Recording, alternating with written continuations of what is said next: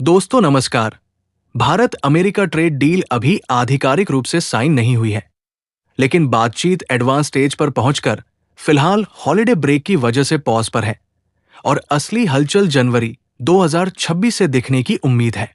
Commerce secretary Rajesh Agarwal के मुताबिक Bharat America trade agreement पर अब तक कम से कम 6 राउंड की औपचारिक अनौपचारिक बैठकें हो चुकी हैं और समझौता सूइनर देन लेटर यानी देर सवेर जरूर होने की उम्मीद है।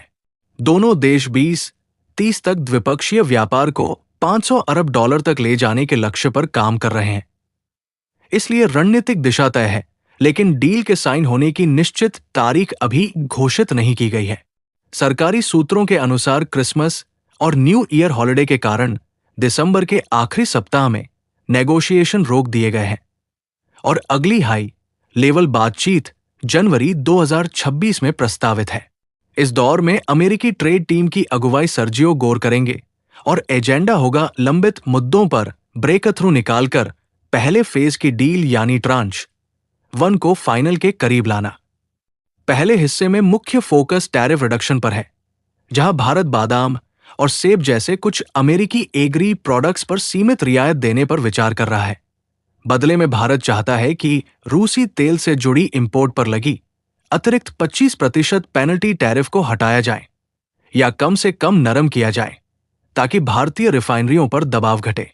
राष्ट्रपति डोनाल्ड ट्रंप ने 2025 में रेसिप्रोकल टैरिफ की नीति के तहत भारतीय एक्सपोर्ट पर अधिकतम 50% तक आयात शुल्क लगा दिया, जिसका मकसद भारत को रूसी तेल की खरीद घटाने के लिए दबाव में लाना था।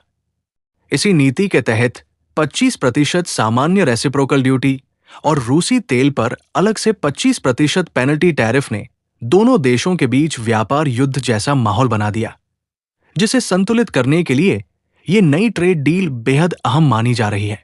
अब बात करते हैं सबसे विवादित मुद्दों की, जिनमें एग्रीकल्चर, डेयरी और जीएम फसलें सबसे आगे हैं। अमेरिका भारतीय बाजार में अपनी कृषि और डेयरी कंपनियों के लिए ज्यादा एक्सेस चाहता है, जबकि भारत का स्टैंड साफ है कि डेयरी सेक्टर छोटे किसानों और सहकारी संस्थाओं की रीढ़ है, इसलिए इसे पूरी तरह नहीं खोला जा सकता। अमेरिकी पक्ष जेनेटिकली मॉडिफाइड कॉर्न और सोया जैसी जीएम फसलों के लिए भी भारतीय बाजार खोलने की मांग कर रहा है, लेकिन भारत में खाद्य सुरक्षा, पर्यावरण और किसानों की आय पर संभावित असर को देखते हुए नियामक संस्थाएं बहुत सावधानी से आगे बढ़ रही है। वस्तुओं के साथ साथ सर्विस ट्रेड भी बड़ा मुद्दा बना हुआ है।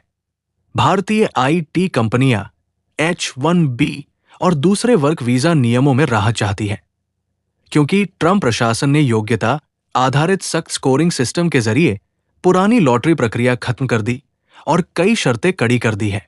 अमेरिकी तरफ से मांग है कि डिजिटल ट्रेड, डेटा लोकलाइजेशन और ई-कॉमर्स पर भारत कुछ नियम नरम करे, ताकि अमेरिकी टेक कंपनियां यहां और ज्यादा स्वतंत्रता के साथ काम कर सकें।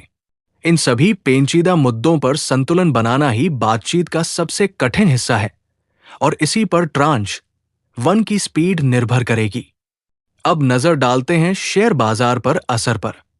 23 दिसंबर 2025 के आसपास भारतीय शेयर बाजार में समेकन वाला माहौल दिखा।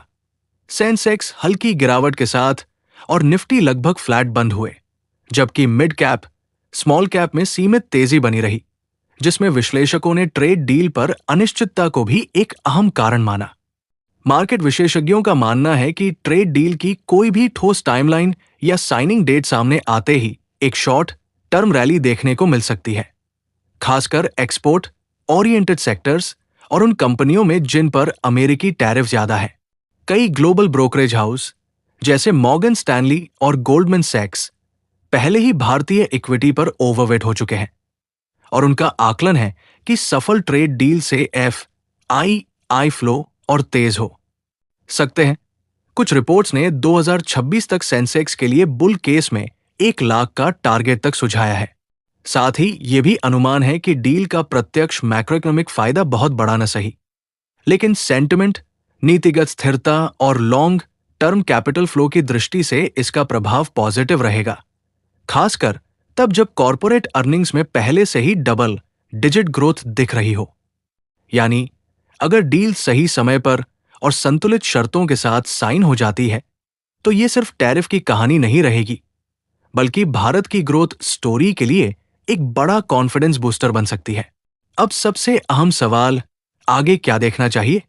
जनवरी 2026 की हाई लेवल मीटिंग्स में अगर ट्रांच 1 पर व्यापक सहमति बन जाती है, तो टैरिफ कम करने और कुछ सेक्टर्स के लिए एक्सेस बढ़ाने की औपचारिक घोषणा हो सकती है, जो अगले वित्त वर्ष के बजट से पहले एक बड़ा पॉलिसी ट्रिगर साबित होगी।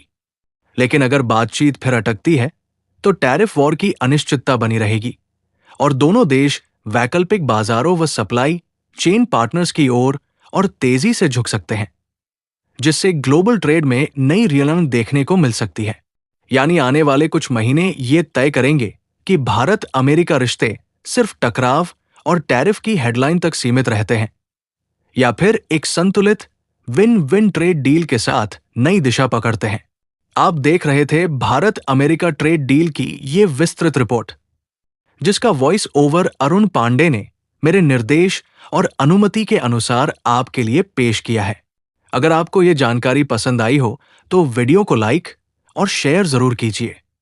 चैनल को सब्सक्राइब करके बेल आइकन दबाइए, ताकि अगली बड़ी आर्थिक या पॉलिसी अपडेट आप तक सबसे पहले पहुंचे। धन्यवाद।